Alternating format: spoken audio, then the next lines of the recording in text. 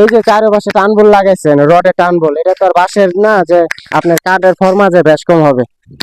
টানবল লাগাইলো দেখা যায় আপনার দুই একটা একটা রড যেমন আছে এই জায়গায়, তখন আপনি যখন এরা ধরে উঠতেছে বা ভাইব্রেট করতেছে হালকা একটু সরে গেল, একটু সরে গেলে একটু বেশ কমে যাবে।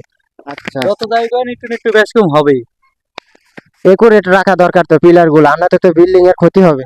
এই করে টাকা দরকার, এই 5-10 মিনিট রেটে আপনার বিল্ডিং এর কোনো ক্ষতি নাই। বিল্ডিং এর আপনার 1 থেকে 1.5 ইঞ্চি যদি সরে যায় তাহলে ওইটা কলম ক্ষতিপূর্ণ ঝুঁকিপূর্ণ আর কি। তো সম্মানীয় দর্শক, যখন একটি বিল্ডিং এর পিলার নির্মাণ হয় তখন অবশ্যই আপনাদের পিলার গুলো অ্যালাইনমেন্ট ঠিক রাখতে হবে এবং সল ঠিক রাখতে হবে।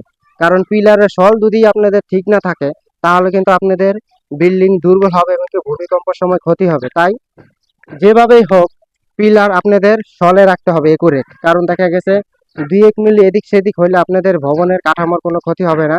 দেখা গেছে 1/2 ইঞ্চি 1 ইঞ্চি যদি বাঁকা হয় পিলারটা তাহলে কিন্তু আপনার কাঠামোর ক্ষতি হবে। কারণ পিলার তখন আপনাদের ভূমিকম্পের সময় ফাটন ধরতে পারে বাঁকা হলে।